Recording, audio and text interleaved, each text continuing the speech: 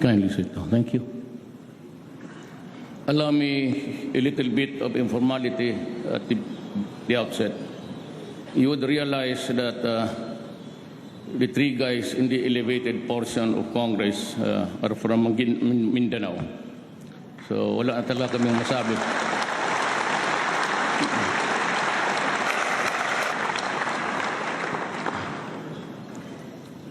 Senate President Aquilino Pimentel III, members of the Senate, Speaker Pantaleon Alvarez, and the members of the House of Representatives, Vice President Maria Leonor Robredo,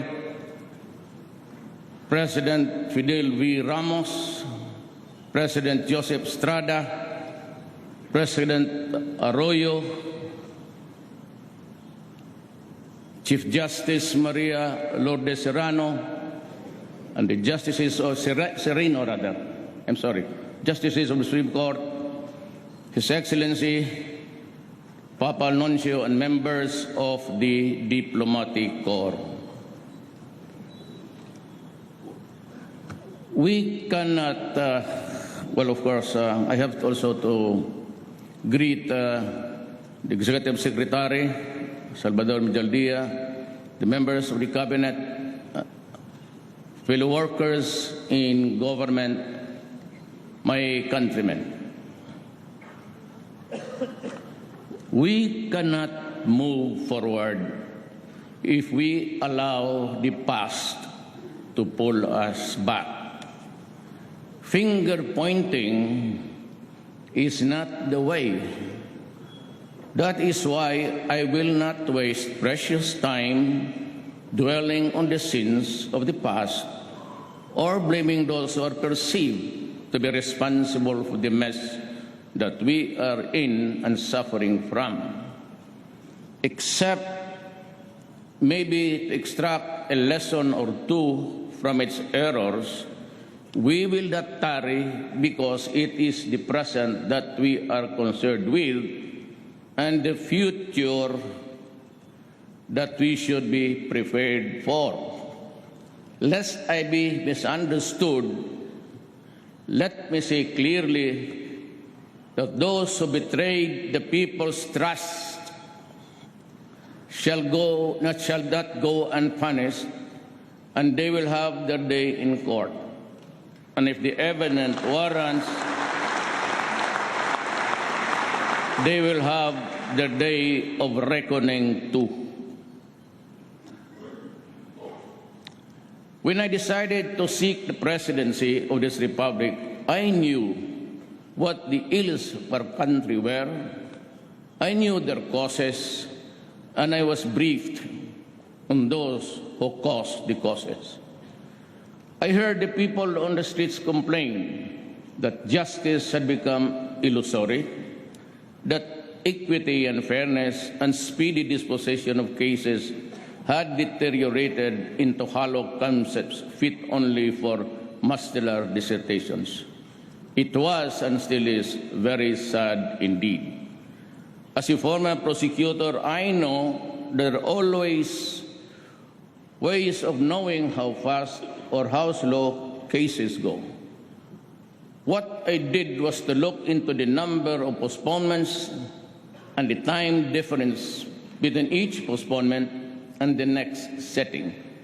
It was simple as that. I will appreciate deeply if we all in government attend to this urgent need.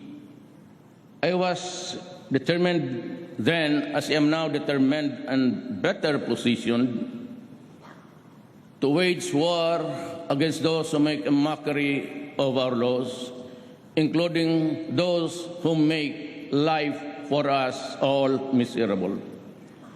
I wish to assure everyone, though, that vindictiveness is not in my system, just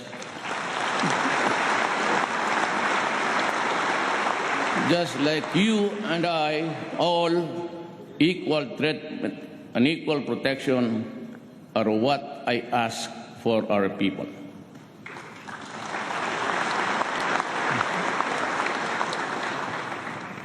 But we must have the courage to fight for what we believe in, undeterred by the fear of failing or losing. Indeed, courage knows no limits. Cowardice does. At this point, there are concerns few I wish to convey to all, to the end that as I perorate on facts, figures, plans, programs, and solutions, these concerns will not dissipate or get lost along our way.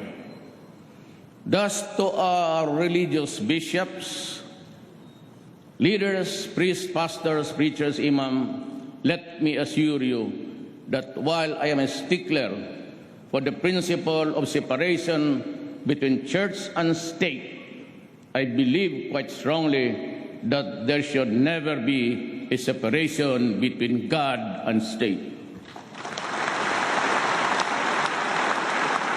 During my inauguration last 2016, I said that the fight against criminality and illegal drugs and corruption will be relentless and sustained.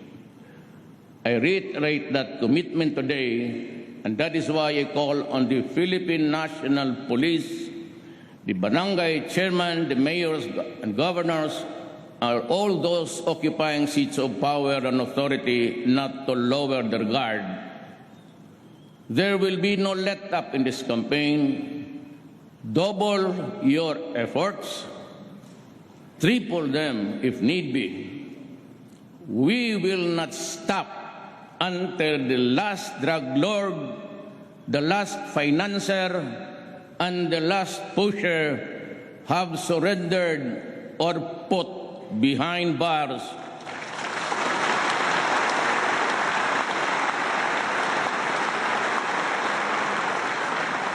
Or below the ground, if they so wish.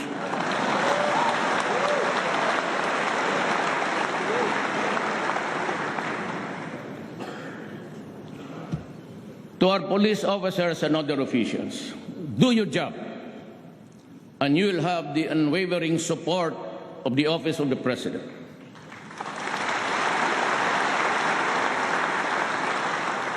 I will be with you all the way. Abuse your authority, and there will be a hell to pay.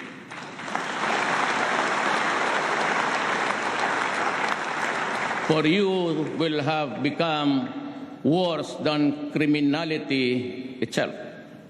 I order the National Police Commission to hasten the conduct of investigation and adjudication of administrative cases against police officers involved in criminal activity and illegal activities, and prescribe policies on lifestyle checks for PNP members.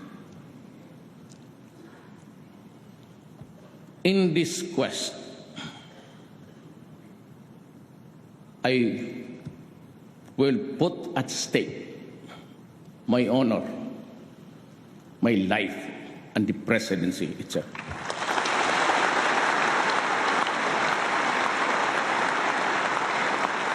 The DILG is also directed to strictly monitor how LGUs perform their supervision functions over the police.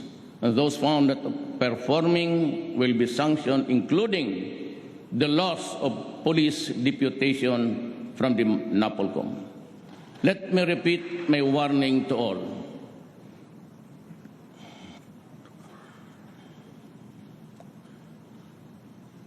I repeat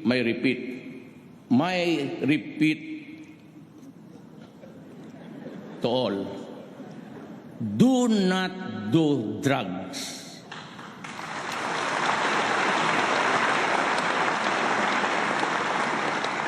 Because you will be the solution to the drug crisis that has engulfed malawak the nation.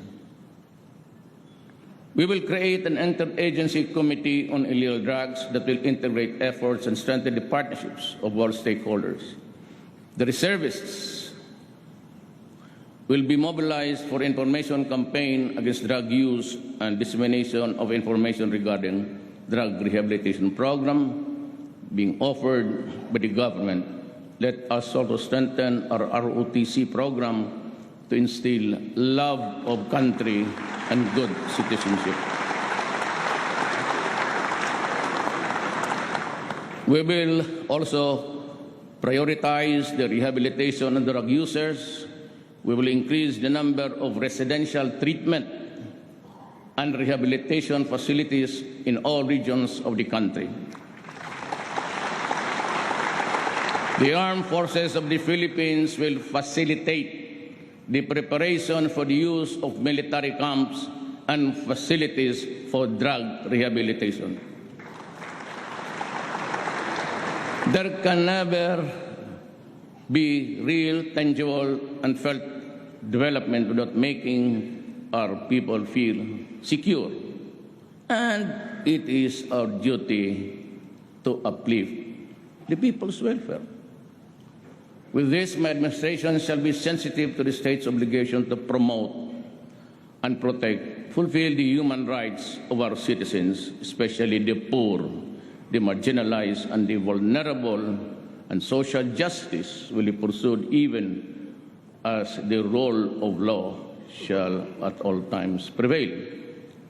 My administration shall implement the human approach to development and governance as we improve our people's welfare in the areas of health, education, adequate food and housing, environmental preservation, and respect for culture. Human rights must work to uplift human dignity.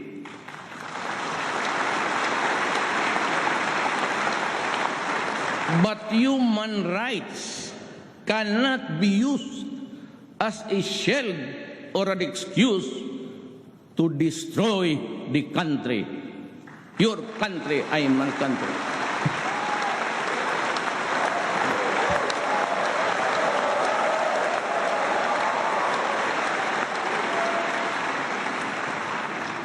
Meantime, since our country continues to be confronted with internal security threats aggravated by the existence and activities of the terrorist group Abu Sayyaf, the full force of the AFP will be applied to crush these criminals who operate under the guise of religious fervor. The AFP shall enhance its capability to search and engage these rogue and lawless elements. We have to strengthen our coordination with Indonesia and Malaysia to suppress the kidnapping in the waters of our neighboring countries. We will strengthen our counter-terrorism programs by amending various laws on human terrorism, terrorism financing, and cybercrime. This is our answer to the challenges of the global developments on the non-traditional threats, transnational crimes, and fanatical terrorism.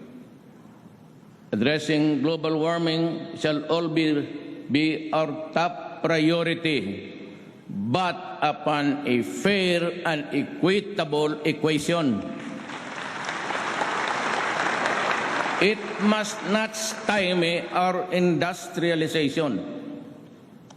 We also endeavor to develop and corporate partnership with nations sharing common interests and concerns with the Philippines, maintain and sustain bilateral and multilateral consultations and dialogues.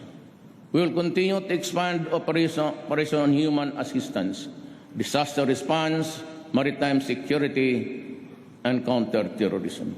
We shall deepen security dialogues with other nations to build greater understanding and cooperation. With regard to the West Philippine Sea, otherwise known as China Sea, we strongly affirm and respect the outcome of the case before the Permanent Court of Arbitration as an important contribution to the ongoing efforts to pursue a peaceful resolution and management of our disputes.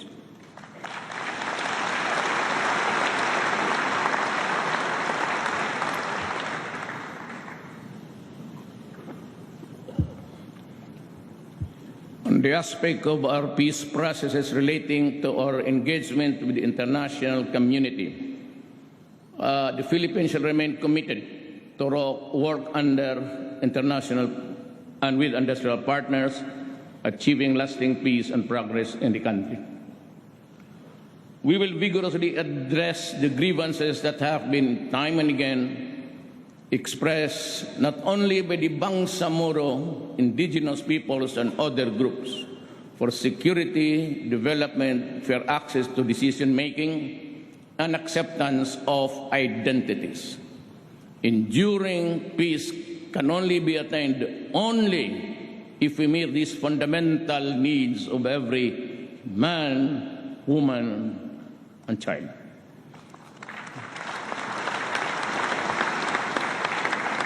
To our Muslim brothers, the Moro country, and the members of the CPP, NPA, NDF, let me say this.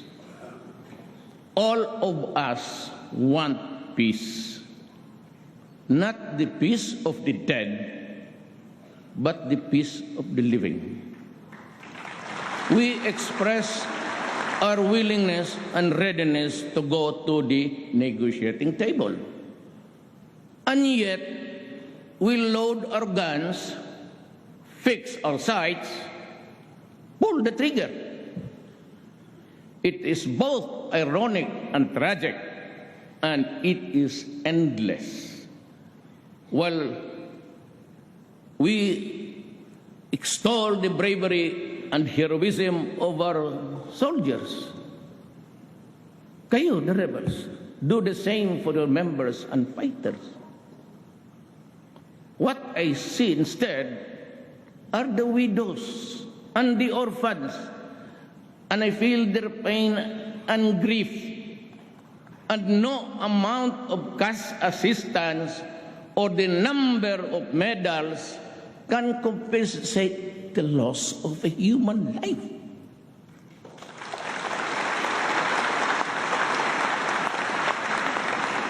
Sorrow cuts across every stratum of society. It cuts deeply, and the pain lasts forever. That is why I reach out to you, to all of you today, to our Muslim brothers. Let us end the centuries of mistrust and warfare. To the CPP, NPA, NDF, let us end these decades of ambuscades and skirmishes. We are going nowhere, and it is getting bloodier by the day. To immediately stop violence on the ground, restore peace in the communities, and provide enabling environment conducive to the resumption of the peace talks, I am now announcing a unilateral ceasefire with the CPP, NPA, NDF, effective immediately, and call on our Filipinos in the National Democratic Front and its forces to respond accordingly. Let me make this appeal to you. If we cannot as yet love one another, then in God's name, let us not hate each other too much. So it was said.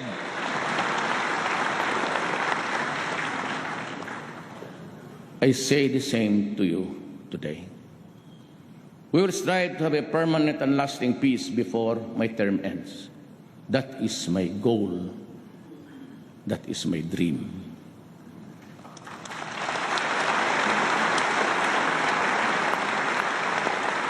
On the macroeconomic management, my administration will continue and maintain current macroeconomic policies and even do better. We will achieve this through prudent fiscal and monetary policies that can help translate high growth into more and better job creation and poverty reduction.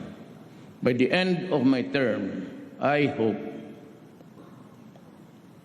and pray to hand over an economy that is much stronger, characterized by solid growth, low and stable inflation, dollar reserves, and robust fiscal position. On taxation, my administration will pursue tax reforms towards a simpler and more equitable and more efficient tax system that can foster investment and job creation. We will lower personal and corporate income tax rate.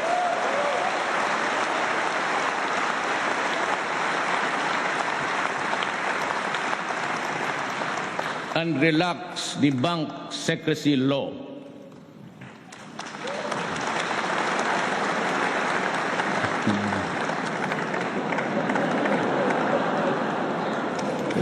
Na presidente ako eh. Ayaw ko sana makialam dito sa mga to. Wala mo na.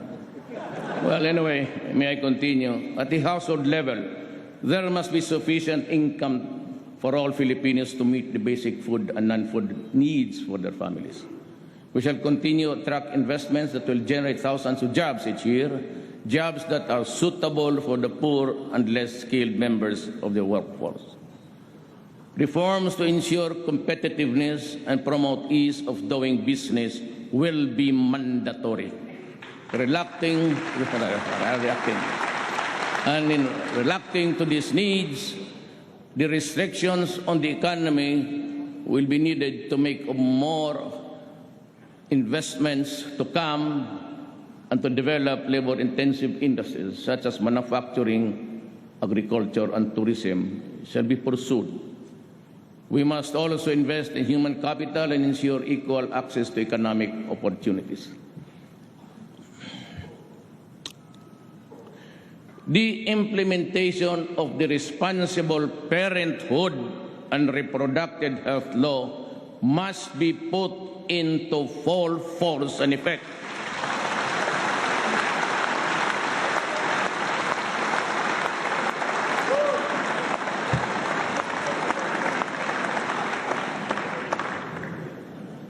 So that couples, especially the poor, will have freedom of informed choice on the number and spacing of children they can adequately care and provide for, eventually making them more productive members of the labor force.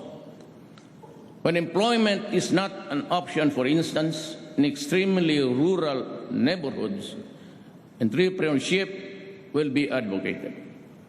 We shall also enhance local business environment by addressing bottlenecks in business registration and processing, in streamlining investment applications and process and integration, the services of various government offices.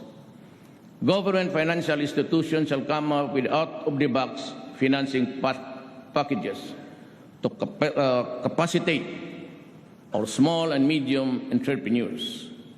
In the field of tourism, we shall construct more access roads and tourism gateways to service centers and tourist sites. Road development projects shall complement with our trust to modern agricultural infrastructural and funding improving the construction and rehabilitation of roads and the irrigation, and establishing modern harvest and post-harvest facilities to minimize losses. We shall also conduct a nationwide soil analysis to determine areas most suitable for rice farming to optimize production with the use of effective soil rehabilitation and fertilization. We shall strictly enforce fisheries laws, particularly on illegal fishing, and promote aquaculture along riverbanks and in backyards. On the other hand, we will accelerate infrastructure spending, improving national roads and bridges, and implementing the Mindanao Logistics Infrastructure Network and other road network master plans. We shall pursue inter-island linkage projects. We shall be implementing structural mitigation to measure the address of the perennial flooding in Metro Manila. And neighboring areas, we shall put up new pumping stations in strategic places. The revival of the operation of the Pasig River Ferry service system is a viable option for the severe traffic congestion in Metro Manila. This serves as an alternative mode of transportation for passengers, particularly those coming from the east side of Metro, to reach specific destinations within the cities of Manila, Mandaluyong, Pasig, Taguig, Marikina, and Quezon City. Our anti-colorum campaign and out-of-line apprehension, including the removal of terminals, will be intensified, and my God, it will be done.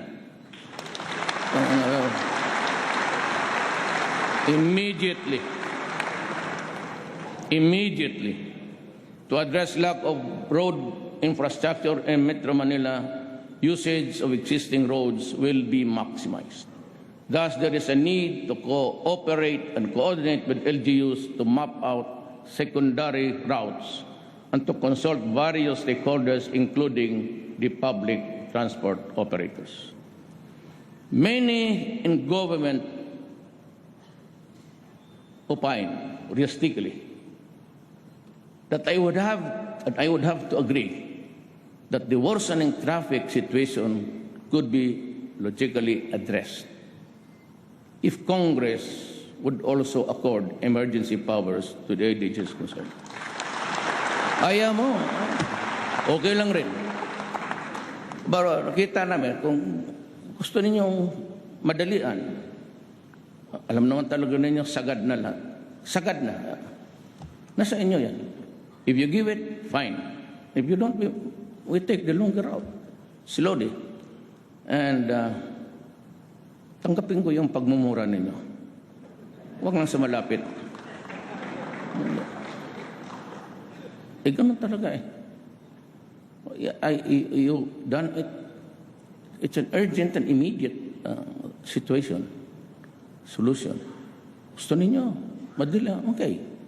Pag ayaw naman ninyo, because baka sabihin nyo, ang corruption naman, di okay rin. I assure you. Wala ito sa script. I assure you, this will be a clean government.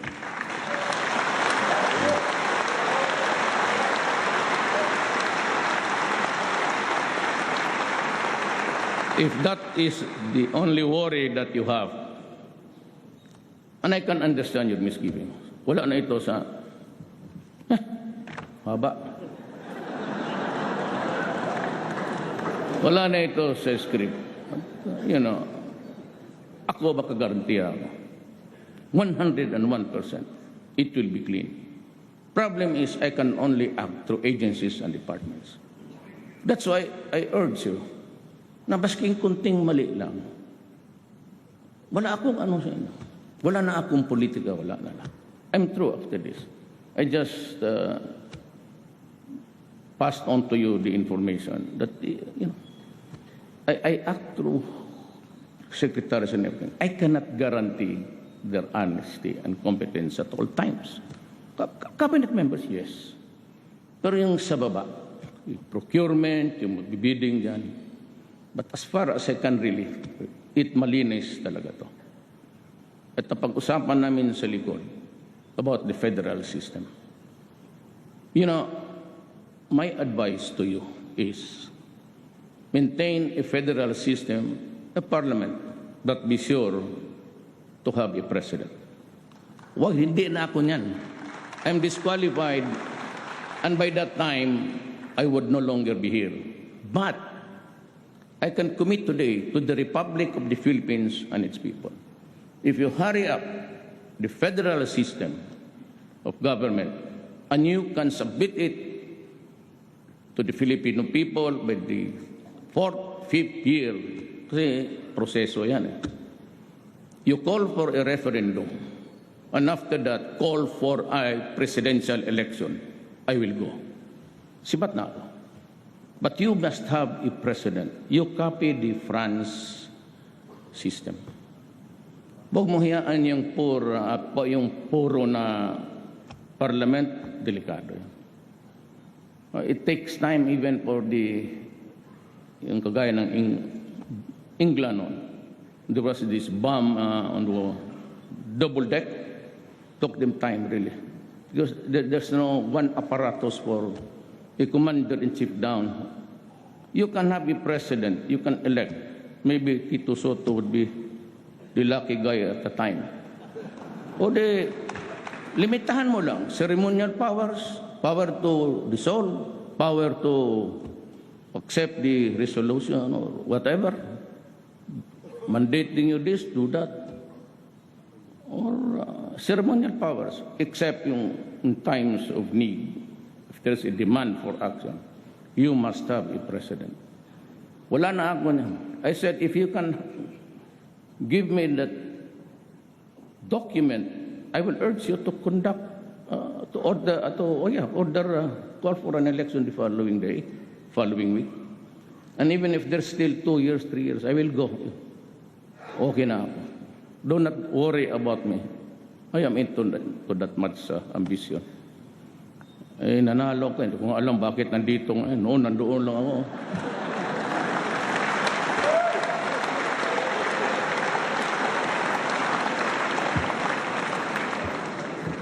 Totoo man.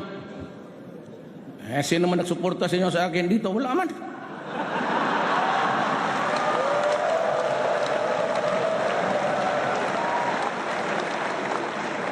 Not a single congressman, except for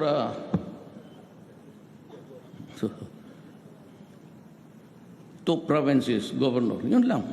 Wala akong barangay captain. Wala lahat. Pero ngayon,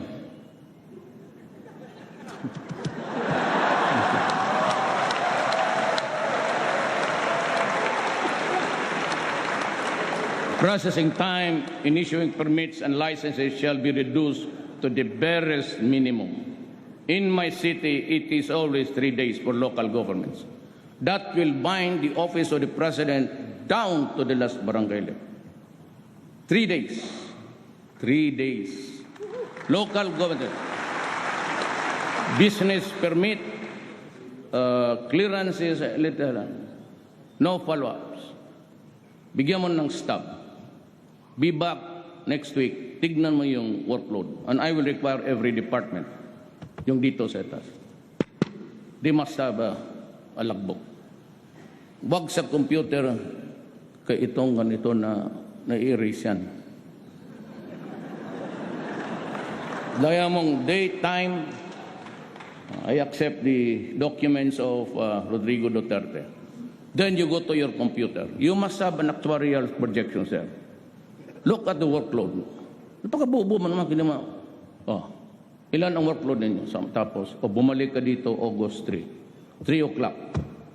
Yan, 3 o'clock. Ibigay mo. Ngayon, I will be establishing 8888. Only for dedicated to corruption. Pag may marinig ako sa executive department, even a whisper, hiwalay-hiwalay na tayo. Marami dyan sa gallery, marami dyan, walang trabaho, nag-a-apply hanggang ngayon. Hindi naman lahat kasi mayayaman yan eh. Mga asawa ninyo ata yan.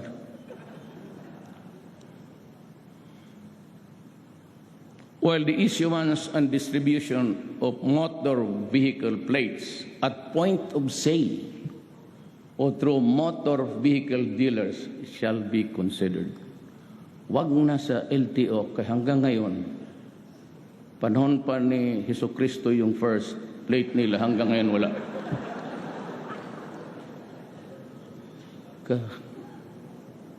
Bayad na yun, until now, sa awa ng Diyos. For the driver licenses, its effectiveness will be extended from the current 3-year period to 5 years.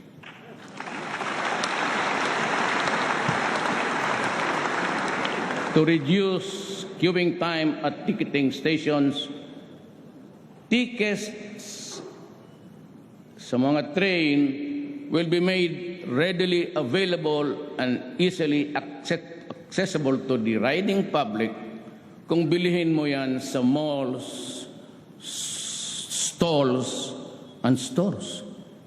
Ipinagbibili mo yung diyan mo na ibigay. Accredited. Huwag doon banda sa recto, kasigurado pikihin yan mga ulol. May I address again to the Philippines. Ako po'y nagdodoble ang pagod para sa inyo, para sa kapakanan ng bayan. Seryoso po ako. Kayong mga ganon, tikit-tikit at magkaroon ng gulo, wag ho ninyong gawain yan. Ito na yung warning ko. Yun na yun, last. Wala nang iba. Hindi ko na gagawin ulit. Wag ninyong sirain yung mga bagay-bagay na ginagawa namin para sa kapakanan ng tao. Mabuti ang magkaintindihan tayo.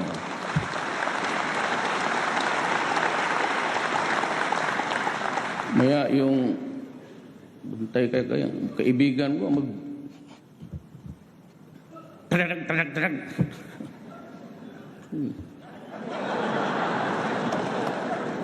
Kaya wag ninyong gawin. Simple lang yan eh. Para walang away sa gobyerno, yung mga bagay na illegal at masama at hindi tama, wag mong gawin. At hindi kami mag-aaway dito. Pati yung pare na, pati si Pau, tinamaan. Okay, let us be clear with each other. I am for the comfort and the welfare of the Filipino. Kayo namang hindi pa bungog dyan, hindi pa pumasok yung mga droga. Kung ayaw ninyong mamatay, ayaw ninyong masaktan, huwag kayong umasa dyan sa mga pare pati human rights, hindi nakakapigil yan ng kamatayan. So huwag ninyong gawin, tapos nandiyan ka, nakabulagtag, and you are portrayed in a broadsheet na parang Mother Mary cradling the dead cadaver of Jesus Christ. Ayan yung mga yan eh. Magdadramahan tayo dito. Dito ang nakatingin kasi dito yung public eh. Alam mo, ilang beses ko na sinasabi, sa Davao, wag mong gawin. Kasi magkakaproblema tayo. He who is the cause of the cause is the cause of them all. Ikaw yung nag-umpisa, you swallow. Ulitin ko, he who is the cause of the cause is the cause of them all. Kami nagtatrabaho lang. We have a nation to guard. We have millions of people to see that they are healthy. It's a question of drug, it's a question of public interest, public order. Kita mo, lesser crime. Wala na kasing magnanakaw. Wala na nag-hold up. Kasi pare yan. Kita tapos sabi lang, maliliit lang yan. Gamitin mo utak mo. If you're able to contaminate, kagaya ng negosyo ng mga Chinese, wholesale yan sila. Maski kunti-kunti, the whole of Tondo contaminated, pera yan. I'm not saying it's Chinese. The practice of itong wholesale retail, they go for wholesale. Maski na kumita lang ng isang piso dyan sa isang kaso, okay na yan. Kasi paramihan eh. Yan ang ibig kong sabihin. Now, I hope the military and the police will not react on this. It's part of the deep intelligence that we have gathered. I'm forced to come in public kasi pati yung mga pare nagaano. Alam mo, kayong mga media, naghanap kayo ng where's the big fish? Saan yung bilyonaryo na mayaman? Yung may kotse, may mga Mercedes, may... Ma'am, nandoon yan sila sa labas. Wala dito. Magdala ka ng isang batalyon na pulis para hulihin natin doon. Kung kaya natin. Didirect the traffic of drugs sa kanila. Meron silang ganito. Malaki. Real time, nakikinig sila ngayon dito. I am very 101% nakikinig sila. Doon lang, isusuri nila sa tundo. Oh, itapon mo dyan. Tapos umalis ka, kunin mo daw sa tindahan yung bag o package. Masabi mo nakikita ng media na kayo lang nagbabrand niya na drug lord eh. Those are the drug lords. You, mga lieutenant, delivery boy yan. Kumbaga LBC lang yan, pati DHL, federal. Pati yung tawag nilang basura, yun yung street, ano. Huwag kayong maghanap. Gusto niyo, sabihin ko sa inyo, puntahan natin. I'll give you the names. I'll show you the intelligence dito. Pero give me the guarantee na may magawain ka. Just I'll give you the name, I'll give you the country. Kung wala ka rin gagawa, mag-shut up ka.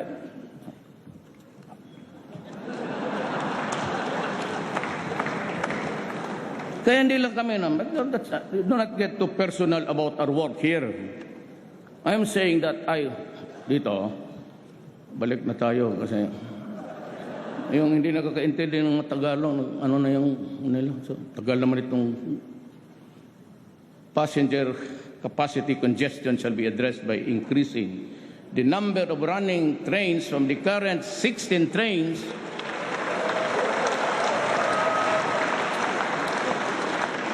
with a total of 48 cars per hour to 20 trains with a total of 60 car per hour. Now, you increase the train speed from 40 to 60. Ang problema nito, yung mga railway na, di na ito kasali dyan. Huwag mo maniwala dito. 2/3 of these are mine. The other 1/3 is, correct yung grammar ko, yung ano lang nila. 60 km per hour. Problema nito, and you must agree with me, that the rails are quite aged. Most of the rails, maybe doon pa yan sa panahon ni Marcos, Imelda. Nandiyan pa. Ngayon, sabi ni Tugadi, kaya pagbigay sa akin, sabi ko, 40 to 60 kilometers per hour. Sabi ko, Art, sigurado ka makahold ang rail yan? Baka maputol yan, magdiretso yung train sa Cavite. To diretso sa Cavite, maglipad doon kay Tolentino. Oh, bakit may train dito sa Tagaytay? It's quite fast. Quite fast, 60 kilometers per hour, and you're pulling something that's heavy. When it really moves, mawala ng ano, it moves with the speed at a heavy thing, at a great speed. Mahirap mong sumasadsad kasi mabigat eh. And reduce headway time from 5 minutes to 3 minutes. Mahina lang tayo ng plano ni Tugati, mahina lang tayo ng 1 minute. Sa Hong Kong, 2 minutes. Kanya, 3 minutes. Art, ambisyoso ka. Kaya mo kayo ito. Specifically for the LRT, the operating hours shall be extended from 9:30 to 10:30 p.m. Kasi marami pa mga bata mag-uwi niyan. And to absorb more passengers, delays in the procurement of additional trains shall be addressed soonest. Now, yan ang sinasabi ko. If you want the long way, fine. Wala akong problema. Sabihin ninyo na doon ang we go the normal way if you are able to make purchases. ang maganda nito, I have signed the executive order sa aming FUI. Naunahan ko kayo. Yung inyo na, nandoon na sa akin. Tapos na ako. Ilabas ko na, it will be out today. Alam mo, sabi ko, unahan ko dating kongreso, puro mayayabang yung mga dyan. We grab there's a stealing one standard. Kaya unahan na natin. So, we shall also pursue rail projects in Metro Manila at the major key points and the country, including the Mindanao Rail Project. Hindi ako nagyayabang, pero totoo talaga to. Depende sa federal, but 6 years, lalabas talaga ito, I assure you, because it's going to materialize. Rail projects, the about transit system, the Cebu transit system, the North and South Luzon Railways, and the Panay Railways project. Tama? Panay. Taga saan si ano? Di Panay. Panay ang bigay natin para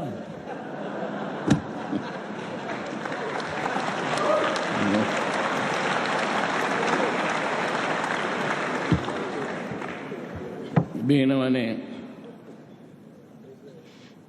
Senator Delon, binakbait ka dito. Malagyan daw yung yung island mo ng train. May tawa pa. Binabakbait ka dito. Sumbong man yan. Tingnan mo yan. Different approaches are also being considered to decongest NAIA, including the possible transfer of general aviation. Na itong, I will, hindi, ang style ko kasi, ganito, hindi naman ako, I'm not steeped into formalities. Itong of general aviation, alam mo kung sino tiyatamaan yan? Kayong mayayaman. Kayong may mga helicopter pati aeroplano, ilipat ko kayo. Alam mo yung general aviation, yung mga Learjets, sa mga kumpanya, ilagay ko kayo sa Batanes para wala masyadong air traffic. No, I'm offering Sangli Point.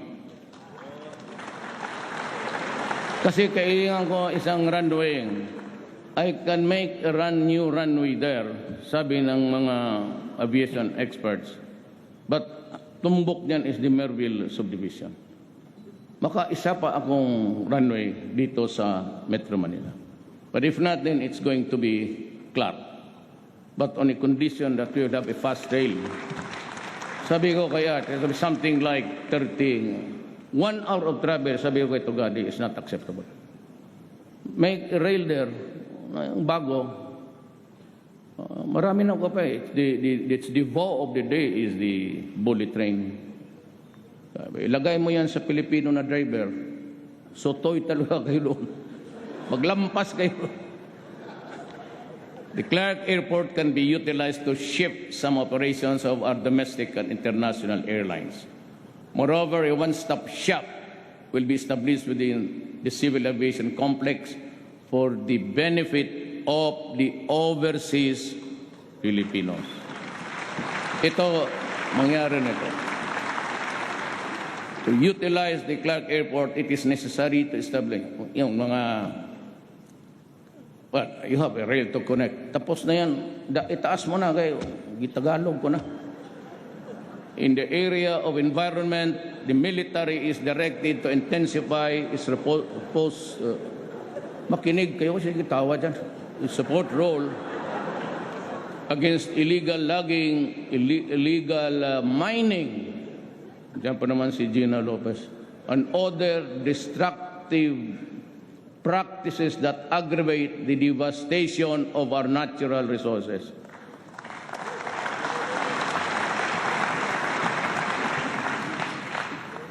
I have to protect the country.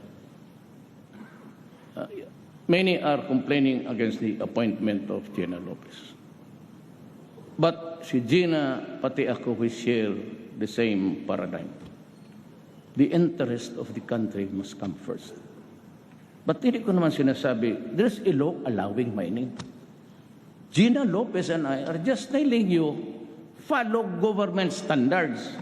Do not destroy the environment. Follow it to a T. Wala tayong problema. Just pay the correct taxes, follow the standards. Gina Lopez is just doing her job. You know, she is really a crusader. So, that is how I would describe her persona. Crusader. Kaya, sabi ko, tama yan. Kaya, bakit?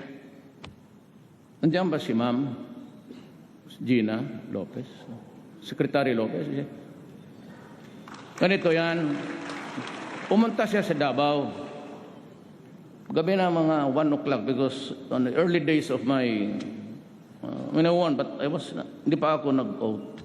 Marami na napuntahan. Ito, felicitations, congratulations. Si Ma'am pumunta twice. Every time she shows me the degradation of ito na.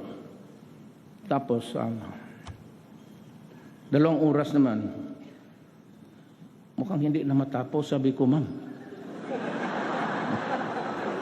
Ma'am, do not be offended. Totoo man, huwag kang magalit kay, it's the truth. So, mag-alas 3 na, you Rudy, this man, tapos, extemporaneous na, parang rin congressman, ito, Ma'am. Kung Ma'am, mag-alas 4, Ma'am,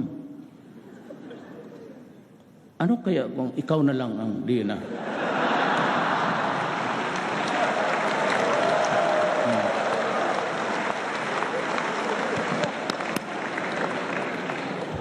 Bigla rin siya nagsagot ka, totoo ka? Namasik ka mo. Hindi, oo.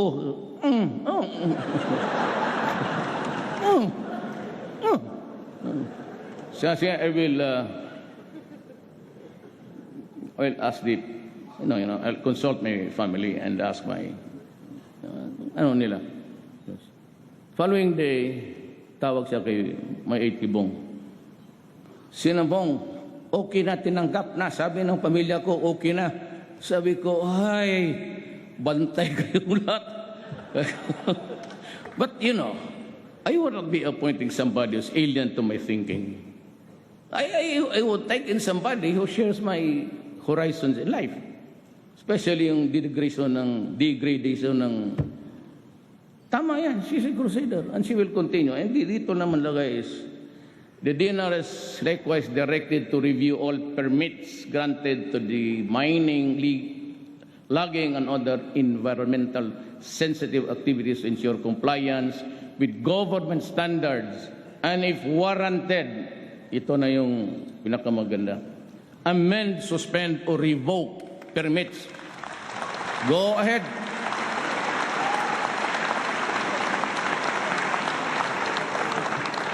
I'd like to thank God that I had this opportunity, really. I never thought umabot ako dito. I've always had that crank sa isip ko, mahirap itong Kaya itong Laguna Lake, naubos ng mga, wala na ang fisherman. Yun na lang the difference between one big fish pen to the other. Yun na lang ang sa mga tao. Makita mo sa plane every time, I go to Davao, I pass by that lake there. Every time kita ko, talagang wala ng And the fishermen are complaining about the loss. Talagang wala na sila. Kasi ang maliit na lugar, yun lang ang kanila. So dito, pinadaan ko lang a diplomatic way that the Laguna Lake shall be transformed into a vibrant economy zone showcasing ecotourism by addressing the negative impact of watershed destruction, land conversion, and pollution. Ito yung nilagay ko. Pero this is what I'm telling you. The poor fishermen will have priority in its entitlements. Order to Gina is, ayusin mo ma'am. Huwag mo namang ipitin, but they have to reduce the areas of occupation. They cannot have their cake and eat ito. Sila na yung may pera, sila na yung, this must stop. So, kung siya tanong sa kung sinong may-ari niyan, simple lang, mga general, mga mayor, governor, baka congressman. This is not personal. This is something which I feel that I must do because it is the right thing to do.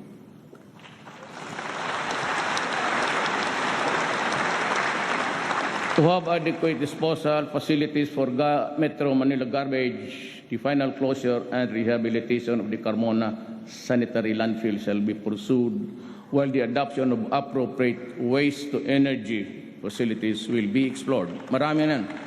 The technology is coming in very fast. In the area of governance, there's a need to strengthen our efforts along this line. Taas mo na. Mataas yung paragraph na yan. Ito. Select the best answer dito. Ang taas nito. Huh? Mabubuang ka. To better manage public information, a law should be passed, I'm addressing to Congress, to create the People's Broadcasting Corporation, replacing PTV4, the government-run TV station, which now aims to replicate international government broadcasting networks. Teams from these international news agencies, I'd like to mention that those interested, BBC, are set to visit the country soon to train people from government-run channels to observe, ito ang gusto ko, total pera naman ng tao, to observe editorial independence through innovative programs and intelligence treatment, analysis of reports, as well as the development of national and international significance. The Government's Bureau of Broadcast Services, better known as the Radyo ng Bayan, shall undergo upgrading to make it financially viable and dependable for accurate and independent and enlightening news and commentary. Radyo ng Bayan will be integrated with the PBC. As we are presently setting up a presidential communication satellite office in Davao City, PBC will also put up broadcast hubs in the Visayas and Mindanao. Davao City will also be the first site with the first Muslim channel called As-Salam Television and the first Lumad channel. The PCO shall coordinate with the Office of the Executive Secretary and Presidential Legal Counsel in implementing the recently approved EO on the Freedom of Information. This is the executive order. It's out. As an example, on the part of our executive branch to make transparency and integrity as yardsticks in government performance, savings, and expenses, while engaging the public to be vigilant and to participate in government programs and projects. The PCO, in coordination with the Executive Secretary, is drafting the administrative order on the Task Force on Media Killings. This government does not condone violence and repression of media.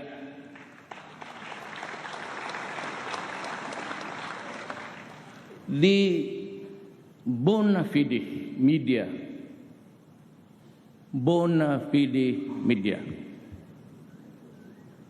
sometimes they pronounce it bona fide, but whatever that thing is, the bona fide media has always been our partner for change.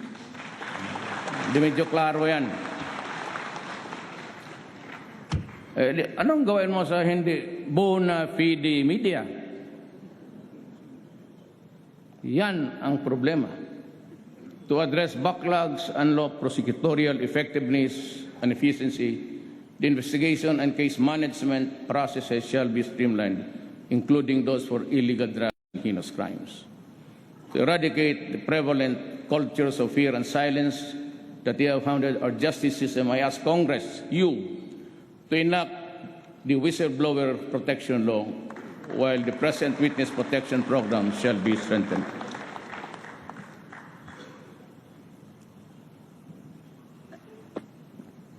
Hirap maging presidente, maski dito lang. The number of lawyers and support staff and the PAO, that is the Public Assistance Office, regional and districts, shall be increased to provide Indians with more access to counsels. At this stage, I also have directed the DILG to undertake nationwide information and campaign on federalism in partnership with various alliances and with LGOs, civil society, grassroots, and faith-based organizations. Hinto muna ako dito, itong federalism. Ayaw ko itong tama ako. Alam mo, itong bayan natin, if I may just repeat, I know that you know, in 1521 or 1526, Magellan landed in Leyte. Tapos, kumari ko man ito. Salamat, Maria.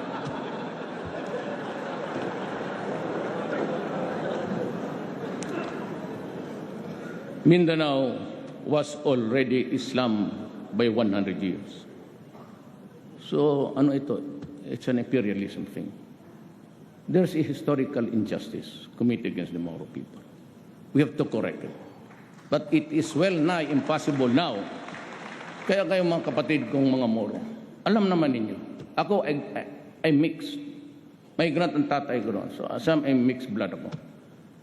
Moro, pati Christian. But, you know, intindihin na lang natin ito, that we cannot return to you all yung nangkuha ng mga Amerikano, Espanyol, pati yung mga Pilipino, mga kapitalista, those who exploited Mindanao with that thing, sloganeering, go to Mindanao because it is a land of promise. With the vast entry of so many people, basically coming from the Visayas, karoon tayo ng, we cannot solve it the way you want it to be. We have to understand each other, then you have to live with each other. But we'll try. Ang sinasabi ko nang babalik ako, dahil ako sa federalism, both Ms. Suarez, Sema, and all, at least the political leaders ng Mindanao will agree to it. We do not, remember that ako yung, hindi ko dinidikdik yung masyadong Abu Sayyaf because it is really connected with the first talks between Ms. Suarez, the president, subsequently to President Marcos, and until now. Until now. The only way they said that we can have is, yung BBL, ibigay na natin. Minus the things that you do not want, yung constitutional issues. Tanggalin muna natin. Ibigay ko yung area. Wala natin, nandyan na yan eh. So I ask you, pass it minus the constitutional issues that are contentious. Bigay na natin at when the federal system comes, isali mo na sa package together with Ms. Suarez. That is the solution for Mindanao. Nothing else. Believe me, nothing else will do. Please sleep on it. Ponder on it, because that's the only way to proceed. On the clamor of our citizens for timely issuance of Philippine passports, the government shall work towards amendment of the 1996 passport law to lengthen the validity of the passports from the current 5 years to 10 years.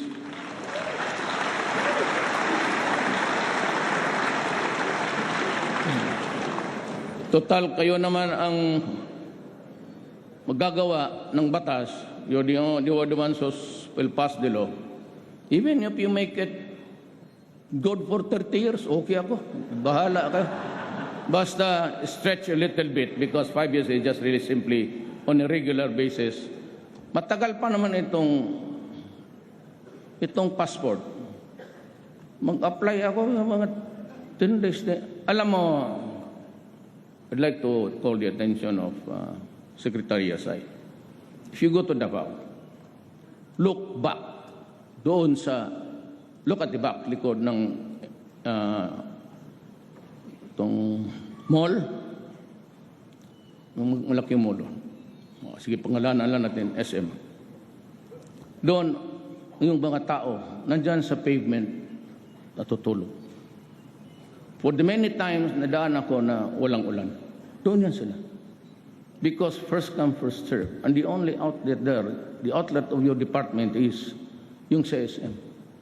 So yung mga, maawa ko dito sa side sa Cotabato, lahat ng Cotabato doon sa Davao. Karamihan niya walang mga bahay. If you're applicant in Davao City, fine. But yun, kung walang mahirap kasi, karamihan dyan mga muro, naghihiga lang dyan sa pavement. Nasasaktan talaga. Masakit. Yung buong gabi, magtayasal hanggang magbukas yung SM kasi first come, first serve. Kasabi ko, well, that is addressing to all of the cabinet members. Make use of the computer. I do not want to see people lining up under the heat of the sun. I do not want people lining up under the rain na mga grado. And I want itong labor, wala na ito sa script. Yung prompter natutulog na siguro, kapindot-pindot yan. Alam mo, andyan naman yan. Sabi ko, what I want is a journal. When the applicant presents the documents, give him a shopping list. Do not add or get anything away from it. Yun na yan, final. And when he complies with that, that is good. Wag mo na siyang pabalikin. Kasi kung magtawag yan ng 888, may God, puntahan ko talaga kayo. Yan ang bisyo ko ng mayor ako. Make in a difference, mayor, presidente. Puntahan talaga kita at hiyain kita sa maraming tao. And I would publicly ask you, what the hell happened to the procedure?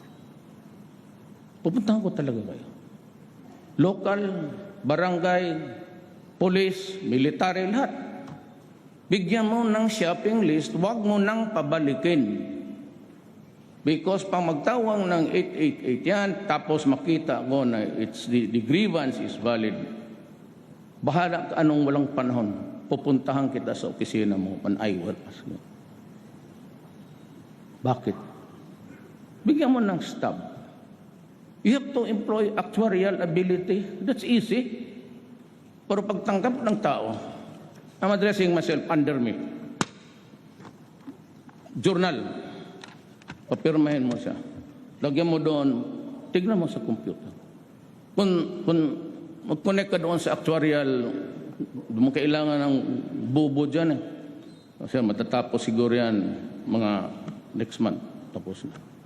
Projections lang naman. Kung balik ka dito, August 15, 3 o'clock. Pagdating, bagay mo. Now, if it goes to Malacanang, I'll open it up. For those who have valid reasons to complain about graft and corruption, the gates of Malacanang will be open. Doon ka. Magsumbong ka. At I will be briefed by my military or aid or yung itong nagbigay ng tubig. Sir, dito marami ka. So, and the reason why I do not go out, I do not accept invitations. Hindi ako nagtumatanggap because every time I traveled around Manila, it causes a huge congestion. Kasi pag itong pag-uwi ko, they go also by projection. Paglabas ni Presidente, picture taking, ganun. And they start to block yung roads access to the... ganun yan. Every time ang President noon, ganun yan. So paparahin nila yan, sabihin nila, dadaan yan by this time. And in the meantime, sirado yan. Di paglabas ko, kala mo Verde Santo. Walang sasakyan dyan. If ito pala exponentially ang traffic, the tail end of the traffic is somewhere 5 km. And it would take about 2 to 3 hours to normalize. Kaya hindi ako tumatanggap ng, and I hate to travel. Kasi talagang lilinisin eh. Ito namang, kasi ang taas kasi ng ang turas ng presidente sila. Dulo sa dulo may ambulansya. Hindi na ang turak, parang kurtas ng. Sabi ko, sabi ko 2, 3 tama, nasa gitna lang ako. Pero ang totoo, mag-taxi lang ako dito sa likod. Sunod lang ako. Takot ba sila na, ano man makuha mo kung patayin mo ako? What for? May ambulansya ba? Dagdagan mo na ng punerarya.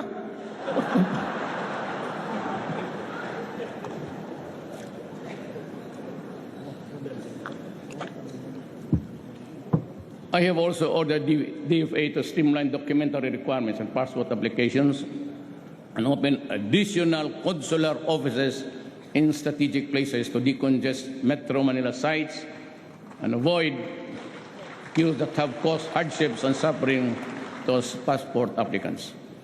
I have also ordered the newly created DICT, Information and Communication Technology, to develop a national broadband plan to accelerate the deployment of fiber optics cables and wireless technologies to improve internet speed.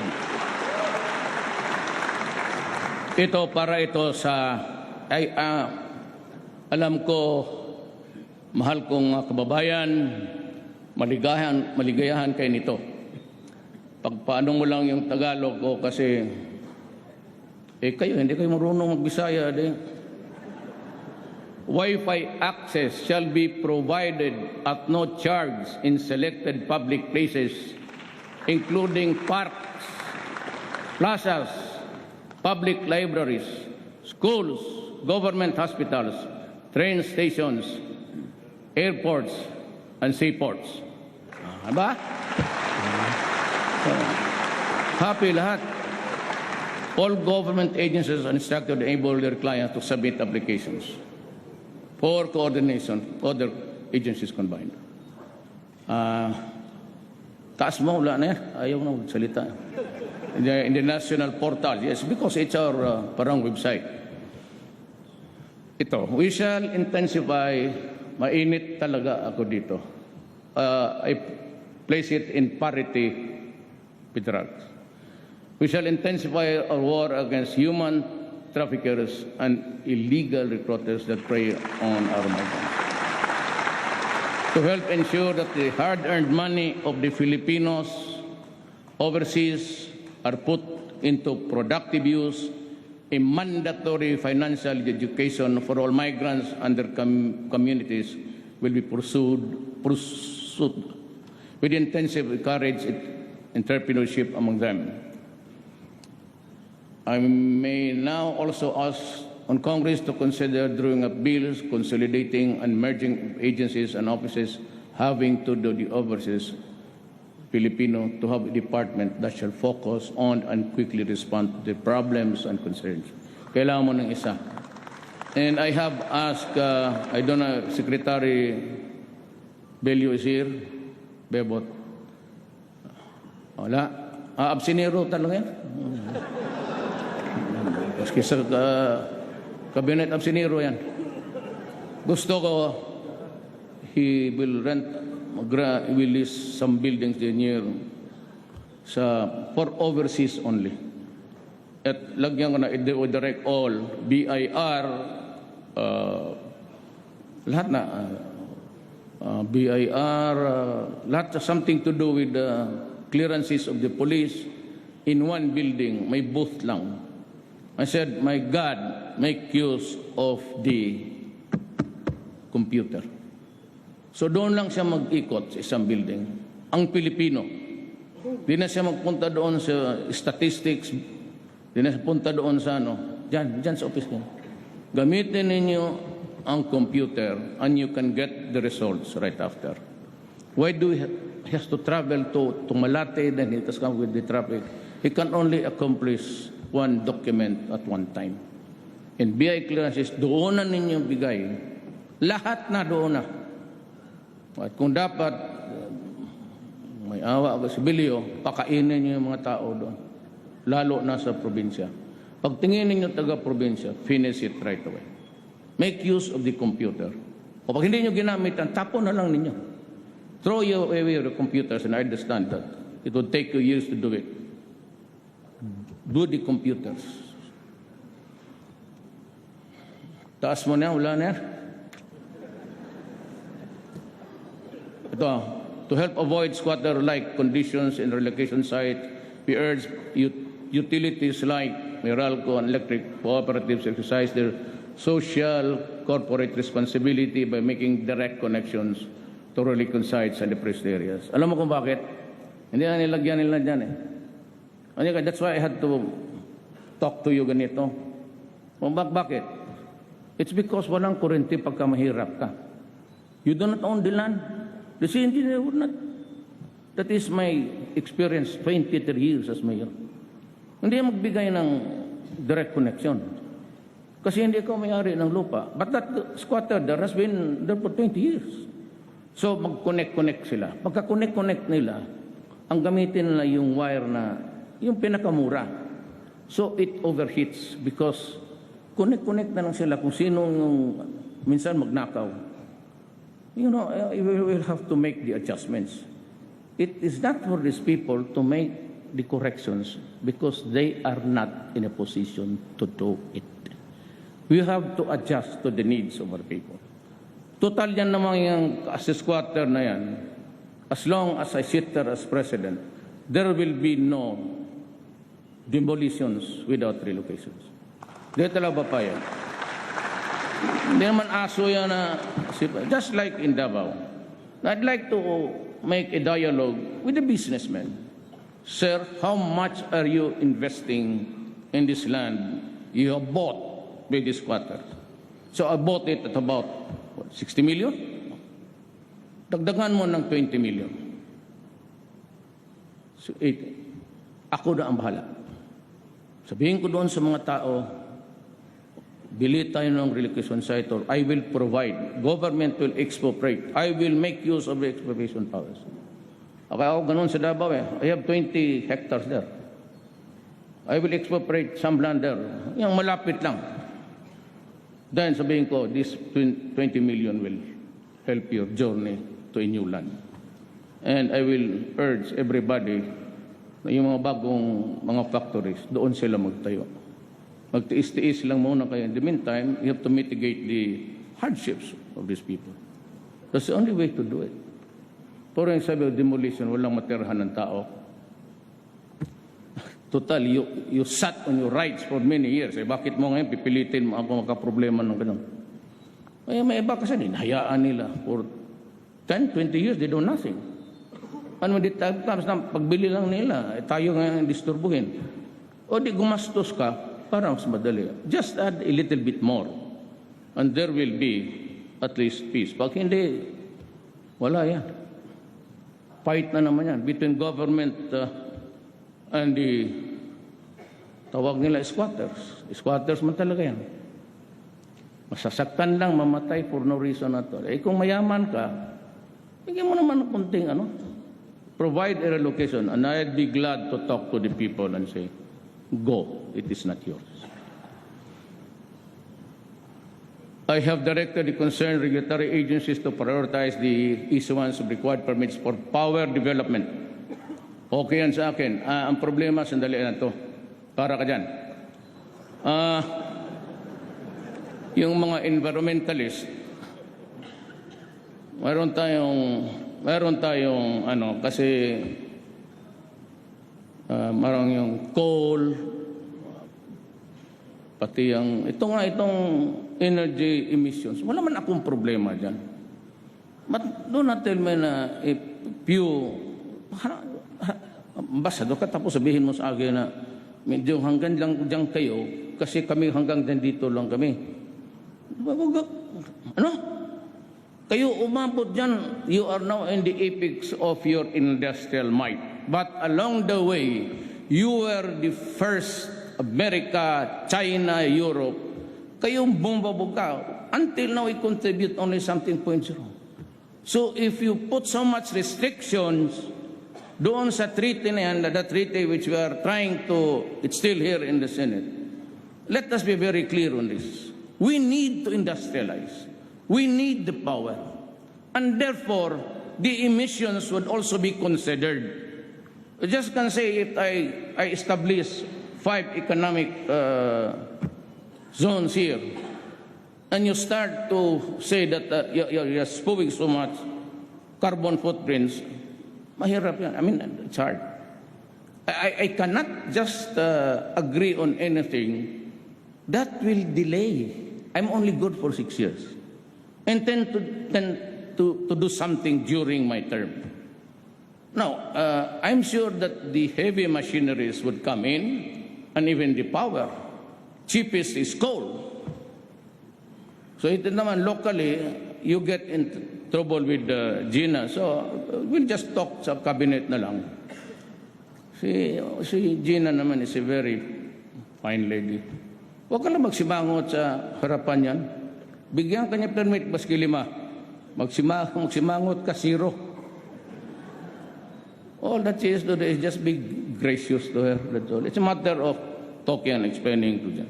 But if it is you're using the state-of-the-art technology, and I've seen it several times in the other power plants in this country, if it is really a good one, then we will consider. I said, because we need the energy to power our industrialization.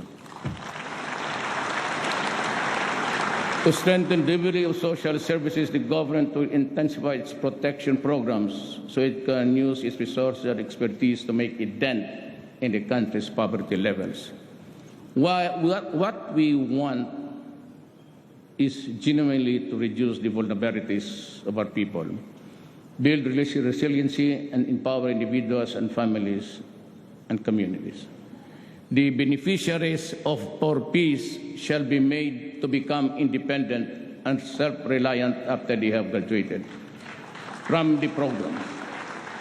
But as it is, we aim to present them with other forms of assistance so that they can stand on their own 2 feet. But now, I have decided to direct the DSWD to provide the rice subsidies to the poorest of the families, at least para makakain lang, every month. Sako yung sako na ano. We are planning to increase spending on basic education and incorporate mandatory education about the evils of drugs. We will also intensify and expand alternative learning system programs. The government will also provide universal health insurance for all Filipinos. Benefits. Sali na lang natin sa PhilHealth. The professional competence and operational capabilities of government hospitals and health facilities will be strengthened. Consistent with our international obligations in keeping with national mandates, this administration vows to protect women's rights and human rights abuses against our women because it is unacceptable to me. Bugbog ka ng babae. As I order all agencies and oversight bodies and local government units down to the barangay level to fully implement the Magna Carta for women. By doing so, we will ensure that man and woman will be partners in the pursuit of country's economic, social, and cultural and political developments. To our Lumad brothers, and they are here outside, maybe outside. I mean, they're outside, I'm sure. I told the secretary just to let them come if they want. Kanila man to. To our brothers, I have this to say. The government has issued you the ancestral certificates to win. Title covering vast tracts of land, especially in the island of Mindanao. You have the Indigenous Peoples' Rights Act and the National Commission of Indigenous Peoples to protect you and to assist you. Government has given you the tool, the legal tool to improve yourself financially, economically, and socially. Make use of your ancestral domain. Do not let it remain idle. While the government is always ready to help you, you must first help yourself. We cannot legislate financial and economic progress for you. It is you and you alone who can do that. You can chart your fate, but do it within constitutional and legal means. After being devastated by natural and man-made calamities this past few years, we are still to recover emotionally from the loss of our loved ones and materially from the loss of our homes and our income sources. There are many among us whose emotional wounds are still fresh and painful to the touch. We cannot erase the images of death and destruction from our minds. We cannot wash away the stench of rotting flesh from our noses, and there are many of us who are still waiting for the help that was promised. The enormity of the problem of drug addiction has been made manifest by the number of surrenderies which grows by the hundred each day that passes. Since July 1, we have already made 3,600 related drug arrests. 120 drug dependents have already surrendered, and 70,000 of them are pushers. You think this is just a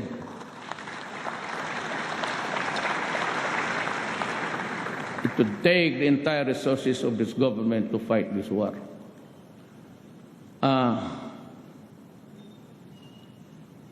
I have nothing but the interest of my country. But in its wake, because the PDEA says that that was a statement made by the Philippine Drug Enforcement Agency. 2 years ago, PDEA came out with a statement that there are 3 million drug addicts in this country. That was 2 or 3 years ago. How do you think would be the number incrementally if we count now? Give it a liberal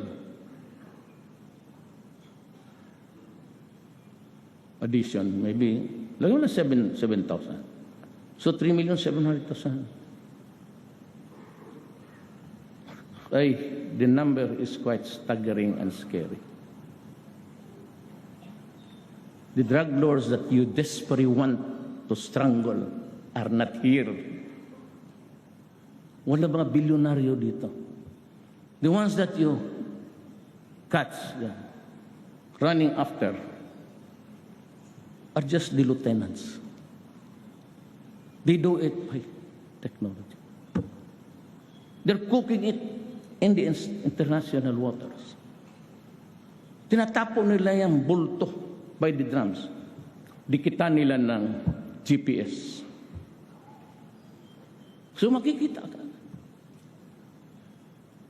We are hard put sa intelligence because they've invented this direct satellite. Hindi na magdadaan niya ng... All they have to do is to triangulate where the pag-ikot niya. And there are so many... And they're in codes. If we do not help from our friends here in Asia and America and Europe, this sheer number and problem, believe me, will drown us as a republic. Kayo, tingnan niyo po. How can I solve the problem now by arresting? Hinahanap ko, tagal na akong presidente. Gusto kong patayin. Ang problema, pupunta pa ako doon, then I'll ask the permission from this country that I will go on because I have to slaughter these idiots for destroying my country. Ganon yun eh. Hindi lang kasi naintindihan, ayaw pa naman bitawan kasi ayaw naman kasi ng military pati police. But you know, I said, I'll be talking in front of the Republic to its representatives, to the people. So I have to tell you, how do we solve this problem? Tell me. Ako naman okay lang eh. Make it public, fine. Make it confidential. If you go to me or go to you, to your house, okay. But that is really the enormity of the problem. It's so enormous that you are intimidated even just to make the move. Because you know you cannot stop it anyway. Mabunggo mo isa ditong hinulog sa dagat, eh marami naman nagluluto doon. It's a free for all enterprise for the criminals at this time. Kung ako, if I had just the plan, I couldn't have. Sabi ko sa military, pag nakita ninyo, pasabugin mo na. Baski nag-surrender dyan ng may white flag. Panggira lang yan, hindi yan pang-kriminal. Pasabugin mo. Show no mercy to them because they are not doing any mercy to us anyway. Bakit ako Yan ang problema. But we should not despair. Like someone wrote, it is when the night is darkness that dawn breaks. We are imbued with resiliency that has been tested and proven. More difficult times as in the past. We have a bond to act together. We have to help each other, for then and only then can we truly prevail. And this is the Filipino, disciplined, informed, involved, shall rise from the rubbles of sorrow and pain, so that all the mirrors in the world will reflect the face of a passion that will change this land. Daghang salamat.